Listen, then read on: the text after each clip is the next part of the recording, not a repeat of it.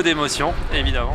Ça a été quand même assez exceptionnel et c'est magnifique ce qu'il a réalisé. Je ne sais pas si on se rend bien compte de l'exploit qu'il a réalisé. Donc beaucoup d'émotions, ça c'est déjà la première chose. Et puis après beaucoup de souvenirs qui sont revenus forcément en tête. Ses premiers tours de roue, ses premières progressions, ses premières victoires, où j'étais à Saint-Jean-d'Angély à l'Europe, où j'ai vraiment eu la larme à l'œil, c'était vraiment encore plus émouvant. Et puis là c'est encore différent, après toutes ces courses qu'il a fait, que je n'ai pas pu suivre en direct mais que j'ai vu donc à la télé, et voilà, donc beaucoup d'émotions, et puis pour lui une consécration et puis un aboutissement, et ça reflète vraiment sa volonté et son caractère, quoi. Voilà. Bon, c'est un rookie qui est culotté parce qu'on le voit, il attaque énormément. C'est sûr que Romain, il lâche jamais le morceau, c'est sûr qu'il va aller au bout à chaque fois. On l'a vu pendant la saison, il a pris une grosse chute, il est reparti, le guidon était complètement en travers, et il va au bout, donc c'est vrai que c'est un rookie qui monte de la catégorie, mais il avait rien à perdre et tout à gagner, c'est ce qu'il a fait. Bon, il était sacré aux Pays-Bas sur sable, il préfère la terre ou le sable? Eh bien, il a prouvé en fait qu'il était à l'aise sur toutes les surfaces, ça on s'en est aperçu. Et le fait qu'il se soit entraîné énormément dans le sable, forcément, je pense qu'il habite à Lommel. Lommel, c'est en Hollande. Il y a la Hollande-Belgique. Donc il y a beaucoup de terrain en sable, donc il roule énormément dans le sable, ce qui fait qu'il progresse évidemment encore plus dans le sable. Et comme on dit en motocross, quand on va vite dans le sable, on va vite sur toutes les autres surfaces. Bon, il reste 2 manches en Amérique du Sud. Ça va être pour l'honneur, là?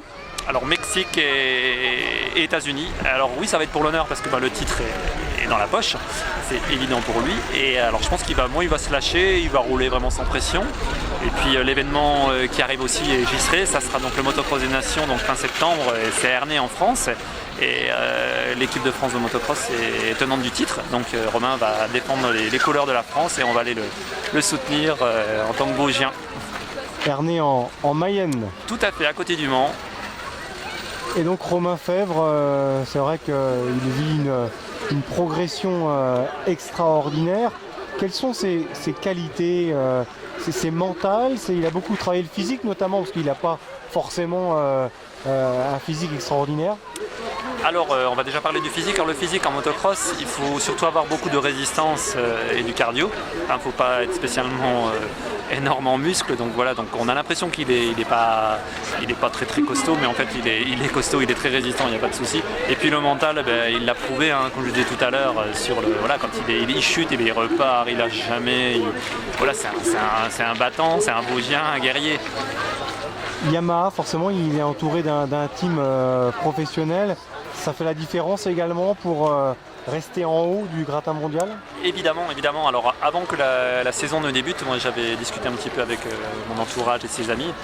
Et j'avais dit, si Romain, de par son pilotage, arrive à faire une moto adaptée justement à son pilotage pour un petit peu descendre un petit peu son agressivité, et ça va être dans la poche. Et c'est ce que j'avais prédit et c'est ce qui s'est passé. Bon, je pensais pas qu'il allait être champion du monde, mais il l'a été, il l'a fait, et c'est magnifique. C'est vrai qu'il a gagné ses premières courses assez tôt dans la saison pour ne plus lâcher la tête, quoi. Oui, tout à fait. En début de saison, il était sans trop de problèmes dans le top 5, avec des chronos assez quand même serrés avec les premiers, avec les top pilotes. Il a toujours prouvé qu'il était là. Et puis tout s'est mis en place au fur et à mesure de l'année. Et puis au fur et à mesure qu'on avançait, on s'est aperçu qu'il était largement... Moi j'étais à Villars-sous-Écot, donc le Grand Prix de France, c'était magnifique. Quand il passe tout le monde, il gagne. C'est quelque chose de vraiment extraordinaire. Bon, est-ce que le plus dur n'est pas de rester en haut, parce qu'il y a de la concurrence avec Gauthier Paulin et les autres, quoi?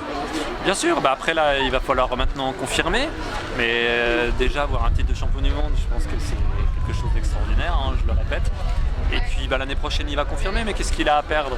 Bien au contraire, là moi j'en suis persuadé, je pense qu'il a une marge de progression énorme, Romain, parce qu'on le voit, et moi je l'observe quand même assez régulièrement sur les grands prix, et je pense qu'il n'a pas fini de nous étonner, et je pense qu'on va reparler de lui.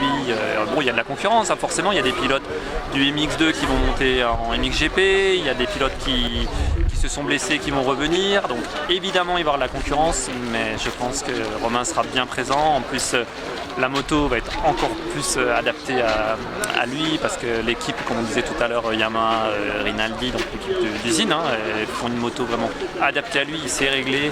Donc je pense qu'il n'y a pas trop de soucis, ça va le faire l'année prochaine. Et Van Ruynbeek qui rejoint Yamaha aussi, hein. Il y aura deux grands pilotes dans une même écurie. Oui, tout à fait. Puis moi, ça m'a bien plu que Romain soit avec Van Ruynbeek, puisqu'il parle français et puis c'est quelqu'un de très très sympa. Et bon, ça s'est révélé plutôt positif parce qu'il y a une bonne cohésion d'équipe. Ils arrivent à peut-être pas avoir les mêmes réglages des motos parce que chacun a son pilotage, bien sûr. Mais au moins, ils peuvent échanger et ça, c'est quand même important. Il y aura une concurrence saine alors? Oui, oui, comme cette année, hein, de toute façon, je pense qu'il n'y a pas eu de rivalité, enfin ça s'est pas ressenti spécialement. Van Ruynbeek s'est blessé un petit peu, donc forcément il y a eu peut-être des petits aléas, on va dire, physiques. Mais je pense que pour l'année prochaine, non, moi je ressens pas du tout ouais, ça sera vraiment sain. Ouais.